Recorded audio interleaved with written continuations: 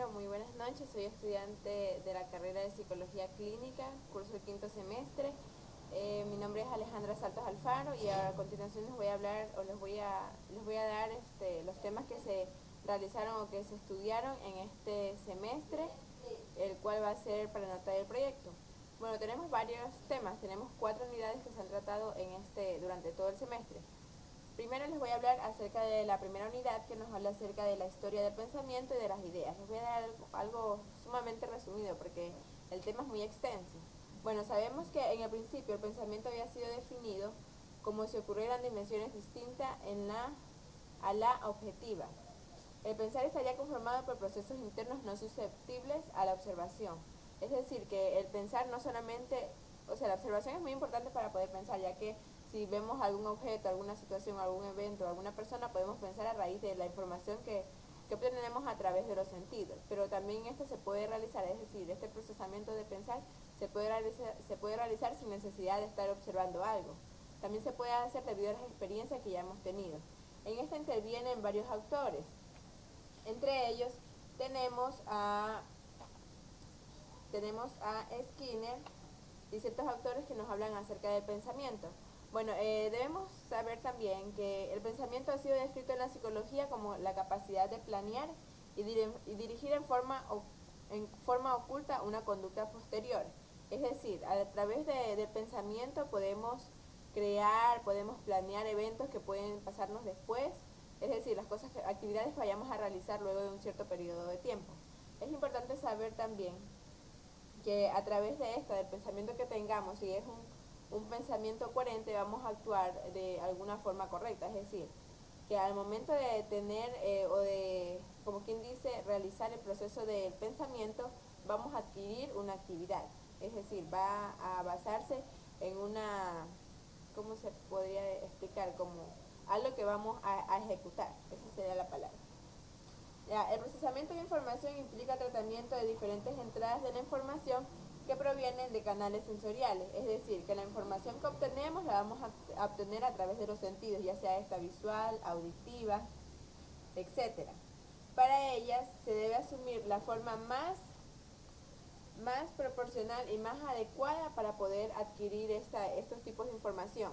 Debemos de saber también que el ser humano recibe la información o capta la información que más le parece importante. Es decir, que en esta se enfoca también en lo que es la atención. Si tenemos alguna situación que nos parece de mucho interés, que creemos que es importante asumirlo y adquirir información a través de esta, lo vamos a adquirir. Pero no siempre vamos como quien dice, enfocarnos en todo, sino más bien vamos a seleccionar la información que creemos que es relevante para nuestros conocimientos. Bueno, es importante saber que dentro de este enfoque cognitivo, la definición de Piaget hace énfasis más decidido en las relaciones entre el sujeto y el medio, es decir, que el sujeto va a obtener información acerca de cómo se relaciona él en su medio ambiente, es decir, la información que viene a través de y cómo la podemos adquirir para nuestro propio yo, es decir, para nosotros mismos y tener experiencia a través de esto.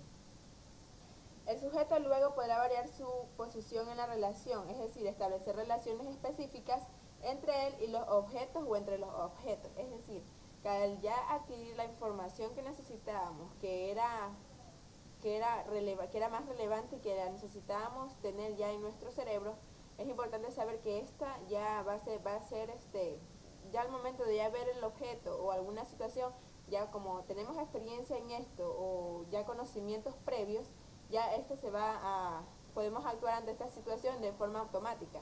No necesariamente tenemos que pensar mucho porque como esta información ya está en el cerebro, ya está en la memoria a largo plazo, ya el ser humano podrá actuar de forma normal para la resolución de sus problemas y podrá resolverlos con mucha más facilidad debido a la experiencia previa que ya tenía. Aquí también destacan las teorías conductistas, en la que destaca Lev Vygotsky, que nos habla acerca de que el pensamiento surge a través de algún conflicto del que el sujeto se obliga para su resolución revelar de la situación aquello que es nuevo. Es decir, que la información nueva que viene a nuestro cerebro, que la captamos, va a ser importante para la resolución de problemas futuros. En este también destaca Skinner, que nos habla que el pensamiento significa comportarse débilmente tanto que otras personas no lo pueden detectar y la debilidad puede deberse a un control de estímulo deficiente. Tanto Skinner como Vygotsky, para definir el pensamiento se apela a un reemplazo de contingencias a través de la autorregulación de estímulos, un lenguaje interiorizado o reglas. Esto era lo que también les mencionaba, que el ser humano, como adquiere información a través de los sentidos, va a recibir estímulos y a través de estos estímulos que él reciba va a obtener una respuesta. Podríamos decir que si yo, por ejemplo, me viene un estímulo de que estoy cerca de una vela y luego esta está prendida. Si tengo la mano cerca, obvio que me va a venir un estímulo y voy a retirar la mano para no quemarme. Asimismo, los estímulos que vengan y que sean acorde a nuestra experiencia o nuestra personalidad van a ser expuestos, pero mientras no. Bueno, también nos habla del enfoque del pensamiento desde el enfoque interconductual. Bueno, lo que yo entiendo de este es que el ser humano, a través de su capacidad de pensar y desarrollar el pensamiento, va a tener una conducta en base a este.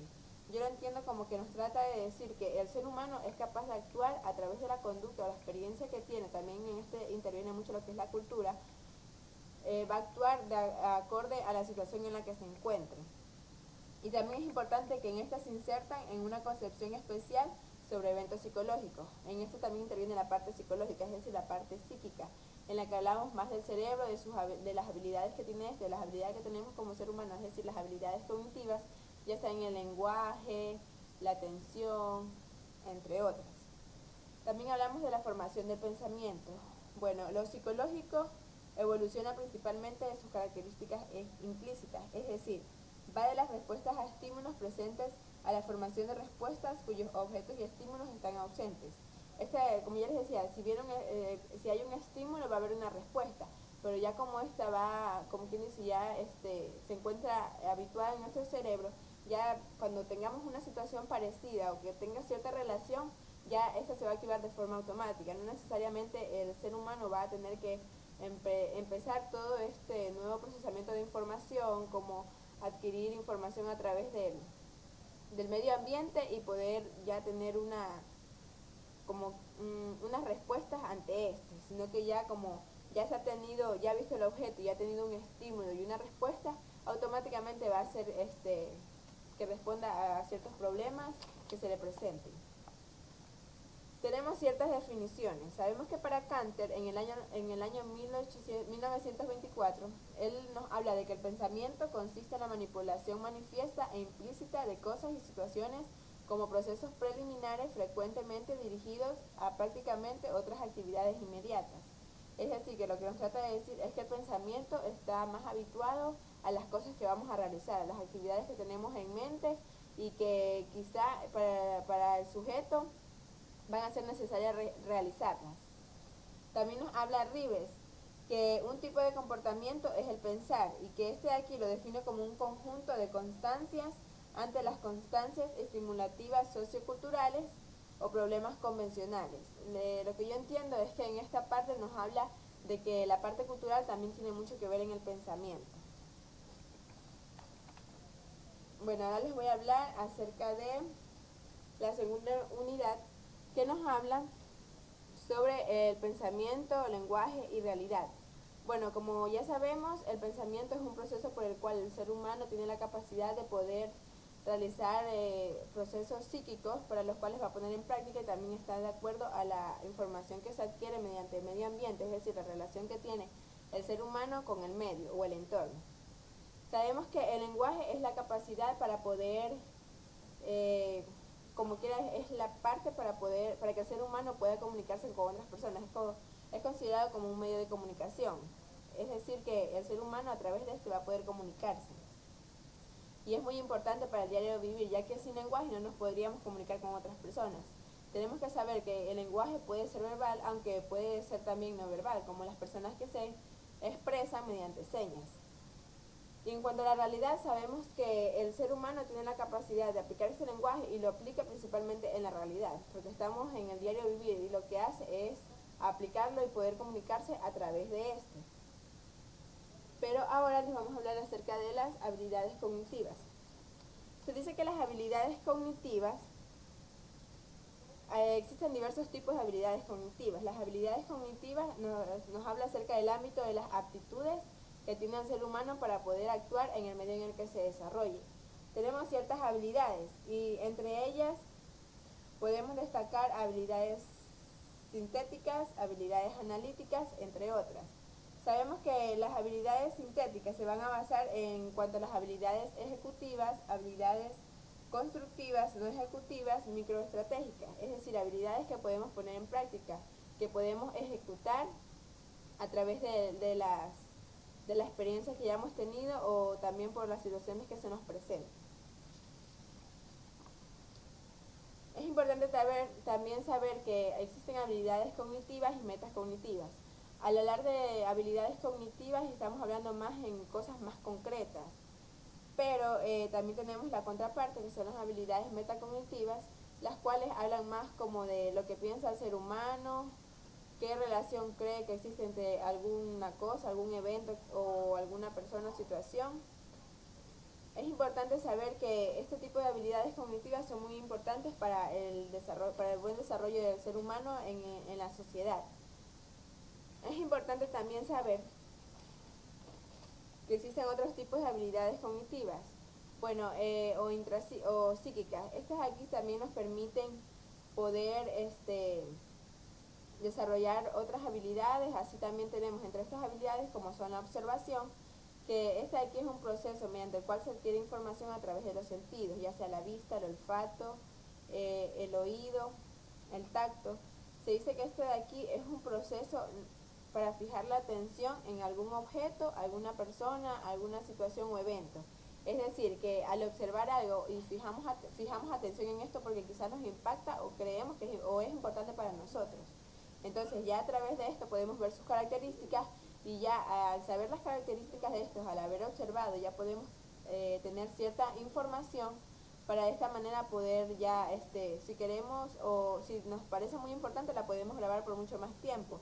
En esta también intervienen los tipos de memoria. Ya sabemos que existen el tipo de memoria sensorial, que esta solamente recibe información a través de los sentidos y se mantiene por milésimas de segundo o unos 3 a 5 minutos.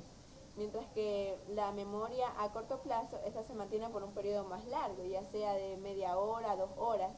Pero si la información va a ser para nosotros demasiado importante, la vamos a adquirir durante el resto de la vida o por un periodo de tiempo mucho más largo. Y esta información la podemos poner en práctica en situaciones que creamos importantes y que podemos aplicar. Bueno, también tenemos lo que es la comparación. Se dice que al haber observado, al poder observar características diferentes de ciertos objetos, personas, eventos o situaciones, vamos a poder realizar una comparación. Porque esta no la vamos a realizar si no tenemos una observación previa. Es decir, la comparación nos va a permitir establecer diferencias y semejanzas sobre algún objeto o circunstancia. Ya, este de aquí es muy importante para que el ser humano pueda establecer características de diferencias y semejanzas entre ciertos objetos o personas. Ya también tenemos lo que es la relación, que este de aquí, que se da una vez de que se obtienen los datos productos de la observación. Es decir, observamos, podemos tener la información de esta, es decir, las características, y podemos realizar también una relación. Es decir, ya al establecer semejanzas y diferencias a raíz de la observación, también ya podemos realizar una relación, establecer una relación entre un objeto u otro, una persona, un evento, cualquier tipo de estos eventos. Ya, luego tenemos lo que es la clasificación. Al haber realizado ya, al haber hecho la observación, el establecer semejanzas y diferencias, relación, lo principal, lo más importante en esto es la observación, ya que a raíz de esto es como que los demás se van a ir, como quien dice, va a ir enlazada, no puede ir suelta. No podemos establecer una relación sin haber realizado anteriormente una observación. Bueno, la clasificación nos va a poder identificar semejanzas y diferencias y que constituye una habilidad precisa requerida para comprender y aplicar el proceso de la observación. Como ya les mencionaba, al poder saber las características de lo que hemos observado, ya podemos establecer una relación, una clasificación, es decir, podemos clasificar de acuerdo a las características, si algo es grande, si es pequeño, de acuerdo al color, a la textura, cualquier tipo cualquier tipo de variable. Tenemos también lo que es la descripción, que es dar cuenta a lo que se observa. Es decir, al haber observado algo, podemos describirlo, si es grande, pequeño, el color, el tipo, la marca. También tenemos que con la descripción también se puede comparar, es decir, ya se conoce algo y podemos describirlo, compararlo, establecer relaciones con otros tipos de objetos y también podemos establecer preguntas como ¿qué es? ¿Cómo es? ¿Por qué es? ¿Dónde? ¿Cuándo? ¿Quién es? ¿Por qué? Establecer cierto tipo de preguntas, ya que mediante la observación que hemos adquirido de esta, vamos a poder realizar ya lo que son las características que ya les he mencionado. Bueno, es importante también conocer acerca de la unidad 3 que nos habla sobre la creatividad y el pensamiento creativo.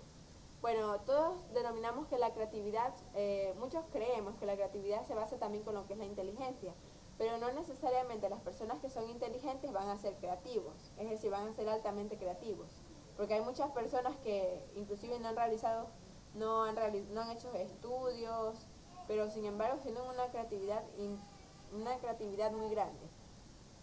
Bueno, en cuanto al proceso creativo, se dice que hay ciertas creaciones que podríamos llamar episódicas. Parecen consistir en una iluminación y la subsiguiente ejecución dentro de un esquema estímulo-respuesta.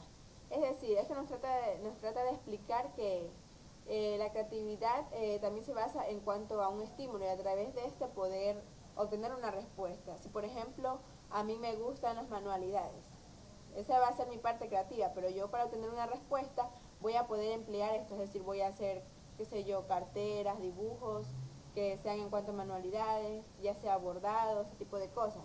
Entonces ahí se va a ver reflejada mi creatividad. Se dice que en el proceso creativo distinguimos 6 etapas.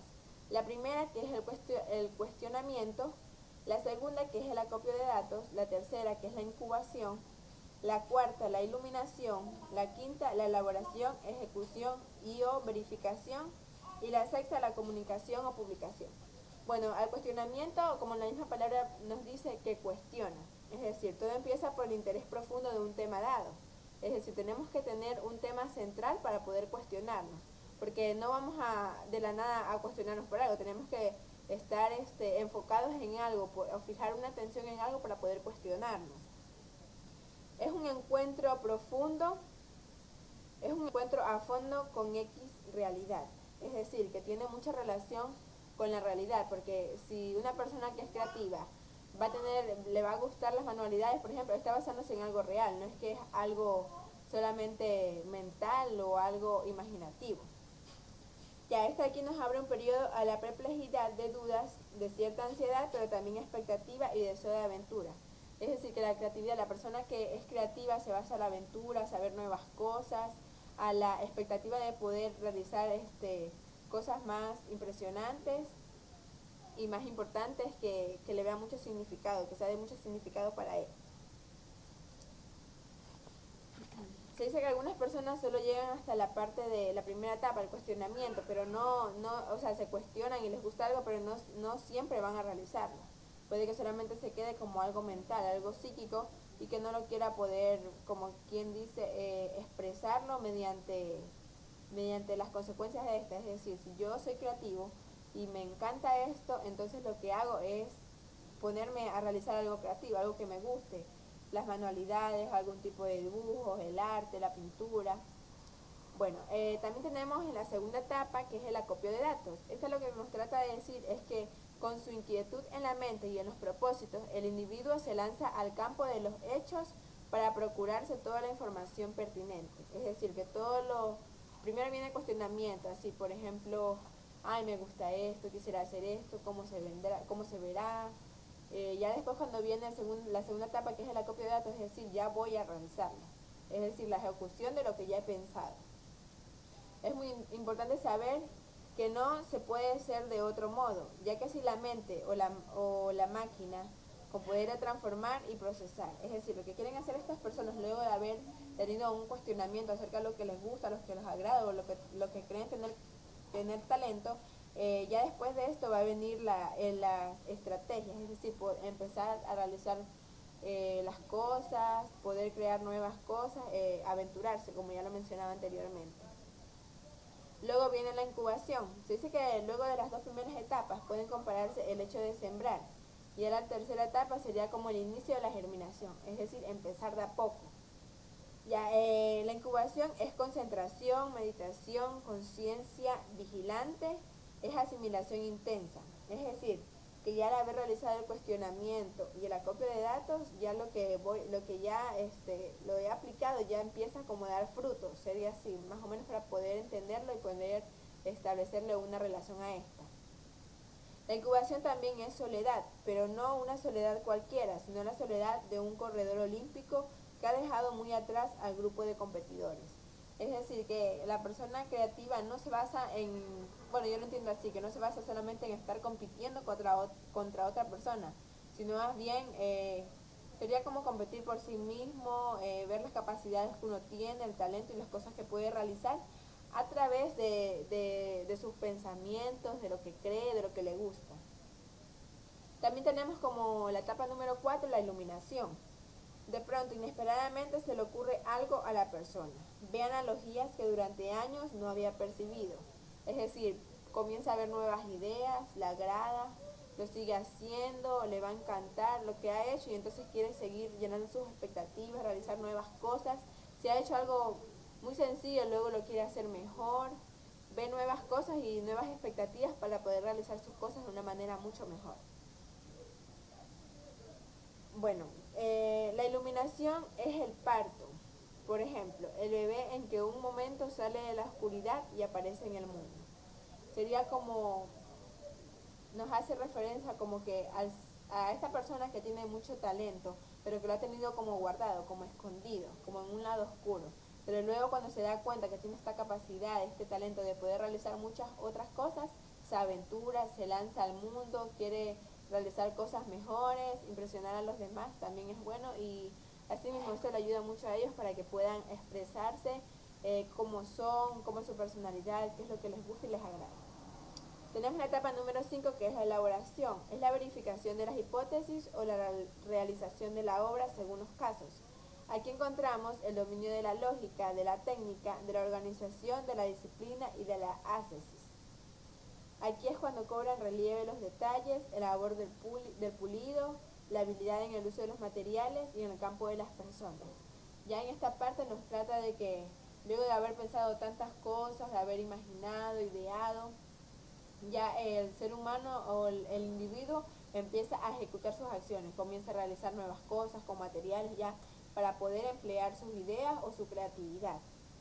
La etapa número 6 tenemos que es la comunicación, podríamos llamarla también como la publicación. Es decir, que si por ejemplo soy una persona que le gusta pintar, luego ya haber realizado mi pintura, me gustaría que otras personas lo vean, yo lo entiendo así, como para impresionar, para que vean cuál es mi talento, qué es lo que me gusta, para que vean en lo que soy buena, cuál es mi habilidad. Ya, es muy importante saber que la comunicación también se contempla como la retroalimentación. Todo esto es tan natural que el miedo al público, la vergüenza ante lo producido, el querer que la obra parezca oculta, huele a anormalidad y a neurosis. Es cierto que también el extremo opuesto a ser normal, el exhibicionismo, la necesidad compulsiva del aplauso, la preocupación por la comercialización, la promoción mañosa y forzada de lo que se produce. Muchas veces no todas las personas sienten la necesidad de poder publicarlo, porque hay personas que no les agrada, simplemente les gusta tener sus dibujos. Por ejemplo, si nos basamos en cuanto a la pintura y al arte, a muchas personas les gusta tener sus dibujos, pero solamente guardados, no que otras personas los observen, porque quizás creen que van a criticar sus cosas, su talento. Entonces muchas veces se lo guardan para ellos, son muy tímidos y muy reservados con eso. Bueno, también tenemos, ahora les voy a hablar acerca de los elementos de la creatividad.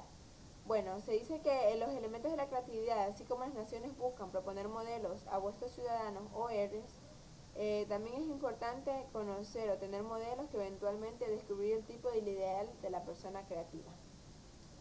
En cuanto a las características cognitivas que tenemos en cuanto a esto, destacan la fineza de percepción, es decir, el sujeto es buen observador y sabe captar al mismo tiempo los detalles y las situaciones globales, es decir, no solo se centra en una sola característica, sino que más bien se basa en algo amplio, en todo lo que puede ver a su alrededor y que quizás le sirva de mucha gran importancia para lo que esté realizando.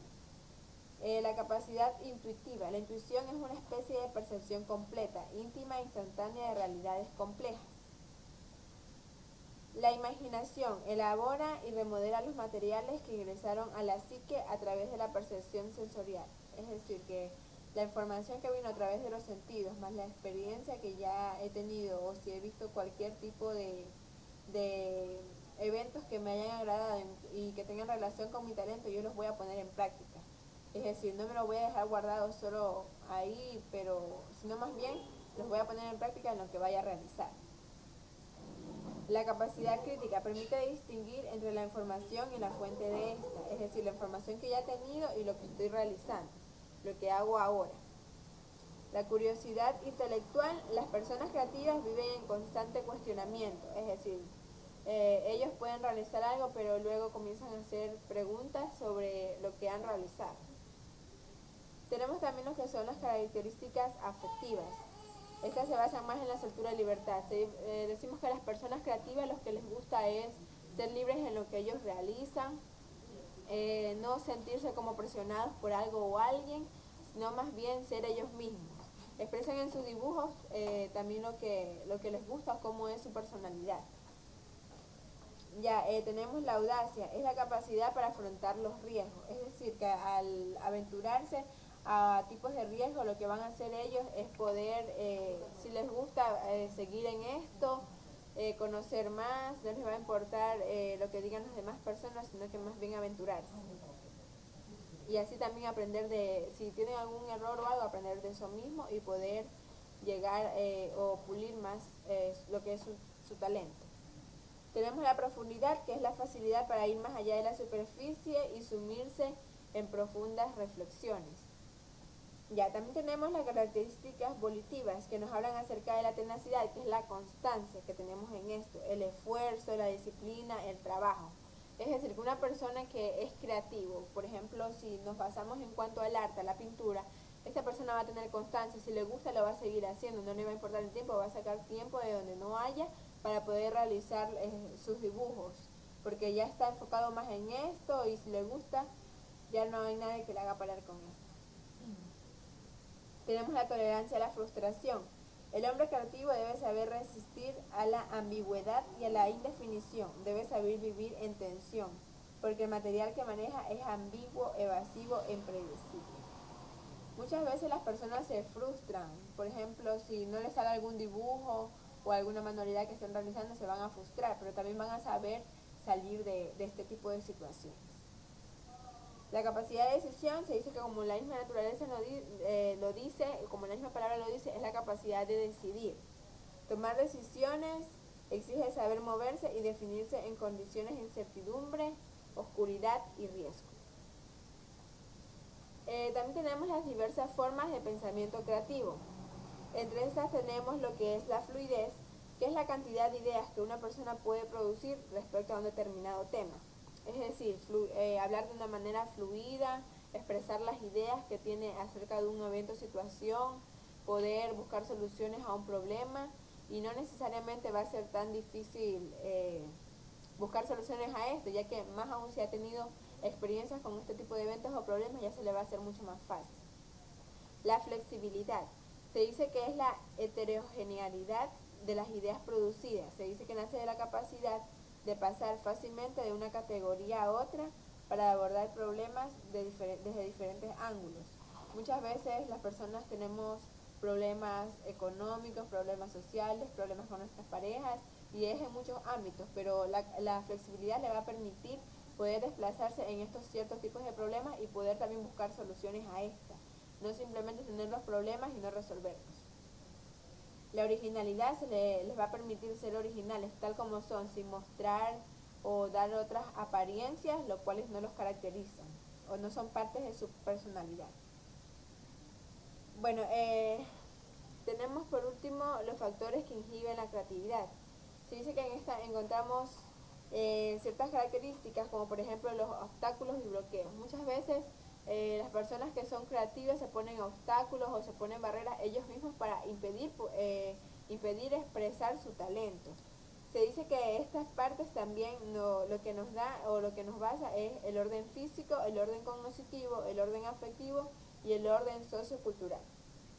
Muchas veces nos establecemos obstáculos en cuanto a, por ejemplo, nuestros pensamientos. Ay, no, que esto va a estar mal, que no es así, que no es lo de acá. Y muchas veces no nos damos cuenta que simplemente son barreras que como seres humanos podemos, si estamos hablando de también los problemas y del pensamiento, todo esto que ya conocemos y la experiencia que tenemos nos va a permitir darnos habilidades nuevas que podemos emplear en esto para poder resolver este tipo de situaciones que quizás se nos hacen mal o influyen directamente en nuestro diario vivir o en nuestra personalidad y que nos impiden poder salir de esto. Pero por eso el ser humano tiene muchas habilidades que puede poner en práctica para poder resolver todo este tipo de situaciones que le influyen de manera negativa. Tenemos la creatividad como rasgo humano. Es importante saber que no todo ser humano tiene creatividad. Hay unos que la tienen muy alto, otros que no la desarrollan.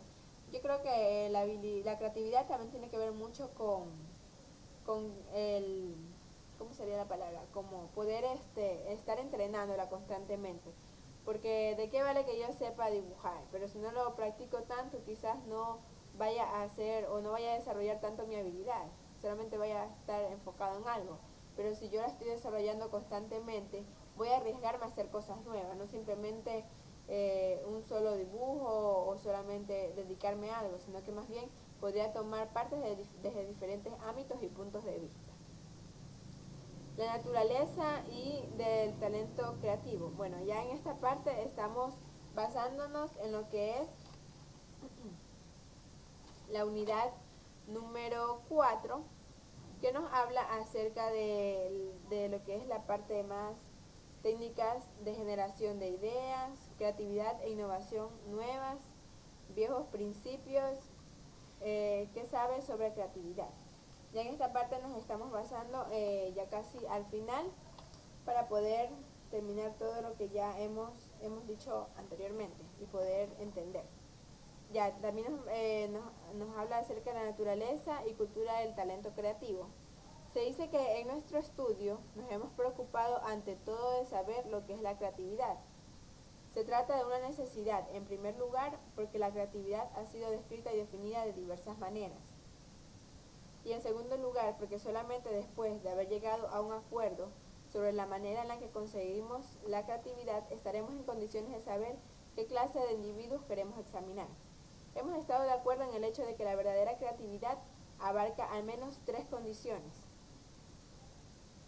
Pero la novedad o la originalidad en el pensamiento o en la acción, aun siendo un aspecto necesario de la creatividad, no es suficiente.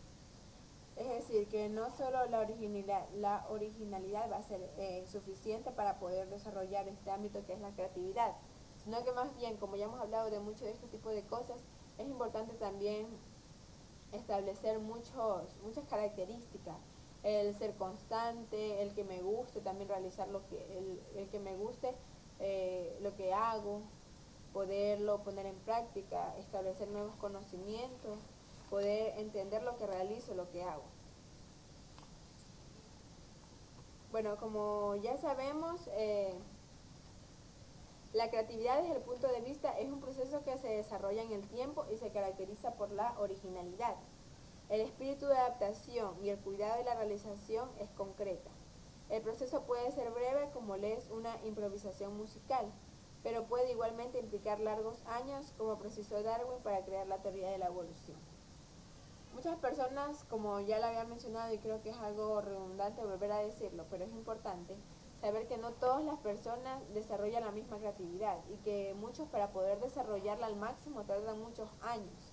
No va a ser algo que va a aparecer de la noche a la mañana, sino que requiere también estar en constante cambio, poder aprender nuevas cosas, ser constante en esto, que nos guste, que nos agrade y que podamos entender lo que hacemos, que nos guste, porque muchas veces unas personas dicen soy creativo en algo, pero solo lo realizan 1 o 2 veces y si ya no les gusta, puede que si lo realizan puede que lo hagan quizás por alguna obligación, pero ellos crean que son creativos.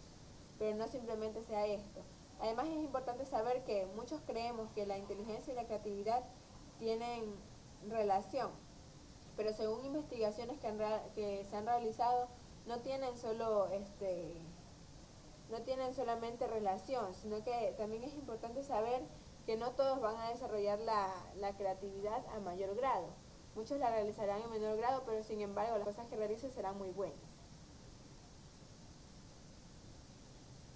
También se ha demostrado que las personas mayores pueden ser tan creativas como los jóvenes. No simplemente las personas que son jóvenes van a poder realizar mejores cosas que adultos mayores. Tenemos ciertos ejemplos. Por ejemplo, a los 44 años Isaac Newton publicó las leyes de Newton y no necesariamente era una persona joven.